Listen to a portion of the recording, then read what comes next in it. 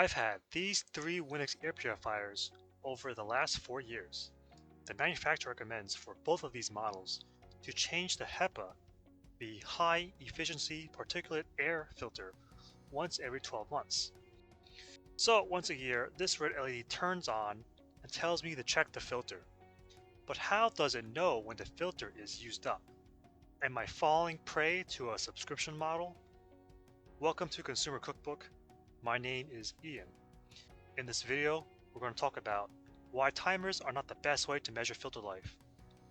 How do manufacturers accurately define HEPA lifespan? 2 methods that you can do to gauge the life of your HEPA filter, and what you can do as a consumer. This Winix 5500-2 has a basic timer that resets after a year.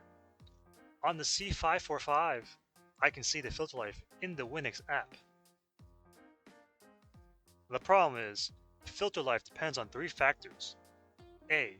The quality of the filter, aka an OEM versus an off-brand product. B. The filter size and surface area, as known as the holding capacity. C. The environmental conditions or what it's exposed to. Here is an image of an official Winix HEPA filter. The app says it has 8% life left. This is a third-party filter from near the kitchen. The app says it has 63% left. This filter was replaced a couple months ago, but because it experiences higher foot traffic and also cooking smoke, it looks a lot dirtier. How do companies define when a filter needs to be replaced? IQAir, a leader in the air purifier industry, explains in this article, testing is concluded after the CADR drops to less than half of what the initial value. CADR stands for Clean Air Delivery Rate. It means how much filtered air is generated over time. Have a look at the specifications. Both Winix purifiers advertise a smoke CADR of 232 CFM. A 50% drop would equal to 116 CFM, and that would be the point when you change out your filter. However, there is also another way manufacturers define filter end of life, and that is pressure drop. See, a filter provides a resistance in airflow. As a filter gets dirtier, more particles are captured and the resistance increases. Good manufacturers will state the initial pressure drop of a new filter, and then the final pressure drop of a dirty filter. Usually, the final pressure drop is 2 times the initial reading. So now we know that when the CADR drops below 50%, or when the pressure drop at the filter effectively doubles over the initial, the filter should be replaced. I suppose if I bought a $100 anemometer or an air pressure sensor, built a cardboard box around the air purifier, I can simulate a lab test. But this is Consumer Cookbook. We don't think the average customer would do this. If you do decide to do this, let us know in the comments how it turned out. So how else can we measure filter life? Here are 2 techniques you can do. The first one is the flashlight method. This only works if your HEPA filter does not have activated carbon attached. Shine a flashlight behind or hold it up to a light source. See how much light penetrates the filter. Here is a brand new filter. Compare that with a slightly used filter. And this is the old filter. Now I get that this is just a visual inspection, and that's where method number 2 comes into play. Method 2 is about exploring the relationship between filter life and power consumption. You may think that as the filter degrades, the fan motor has to work harder and thus use more energy. However, for these Winix purifiers, that's not the case. Here's a kilowatt power meter. We're going to use it to measure the energy consumption of each fan mode.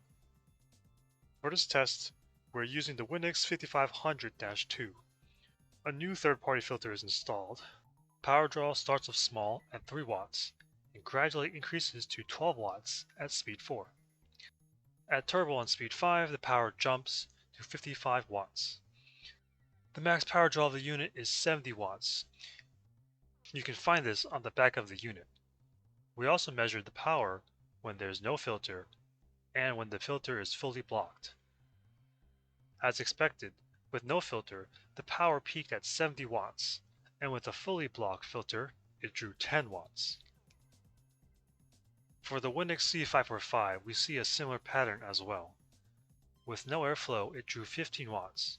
However, one interesting thing to note is with no filter, the motor pulled 89 watts, which way exceeds the rating shown on the sticker of 65 watts. So with this, we can establish the relationship between filter life and power consumption. As filter life degrades, power consumption drops. The next part of the test is how do we simulate a 50% decrease in the CADR or a double in pressure drop. Well, according to hypoair.com, the rule of thumb is when the filter surface area is doubled, the resistance will also reduce by 50%. Which makes sense because pressure is equal to force divided by area. Hence, in our case, if we divide the filter surface area in half, pressure drop will effectively double. And we want this because manufacturers consider this end of life. So let's cover half of the new filter and measure the power. Let's show you the data. For the Winix 5500-2 turbo, we measured a 22 watt draw, which is a 33 watt difference. That equates to a 60% drop in power consumption. For the Winix C545, turbo measured a 28 watt draw, which is a 20 watt difference. That equates to a 42% drop in power consumption. Okay, so what does this mean? Well, for one, your power bill will go down over time as your filter becomes more clogged. 2, if my math is believed, Winix is making a killing in selling you replacement filters. 3, I can probably not change my HEPA filter for 2 to 3 years then. Just look at the C5.5 data. The app tells me the lowest life is 8%, but on turbo, it's still pulling fully 45 watts out of the 48 of a new filter. Power draw would have to go down to 28 watts before it's considered dead. Now let's talk about the errors in the test. These third-party filters are not the best at sealing around the edges, so I inserted foam into the gaps to reduce leakage. Leakage is bad because that means the dirty air will bypass the filter, which also means it's not 100% sealed. These results were only for the Winix 5500-2 and the C505. Other air purifiers could be designed and built differently. As I mentioned before, filter life depends on your environment. If you live in a place with hazardous particulate levels, filter life is going to drop faster than if you live in a clean country like Switzerland. I will make a guess as to why these air purifier manufacturers recommend you to change your filter once per year. 1. It's to encourage you to pay a subscription model for filters. 2. It is bad to explain to the customer that CAD performance should drop 50% before replacement.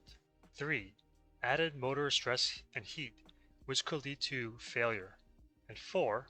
Once a year sounds better than every 2 years, and lazy consumers forget to check and change. What does this mean for the average consumer? Well, it means we have a choice. There is a balance between paying yearly for filters and having a high clean air delivery rate. If you're someone who absolutely needs filtered air at the rated CADR, keep your fan on the highest comfortable mode and follow the manufacturer instruction for replacement. If you're a consumer like me, this could mean a replacement every 2 to 3 years, and it's a balancing act between filter costs and the clean air delivery rate. Thank you for watching. If you like this kind of content, please ring the bell and subscribe.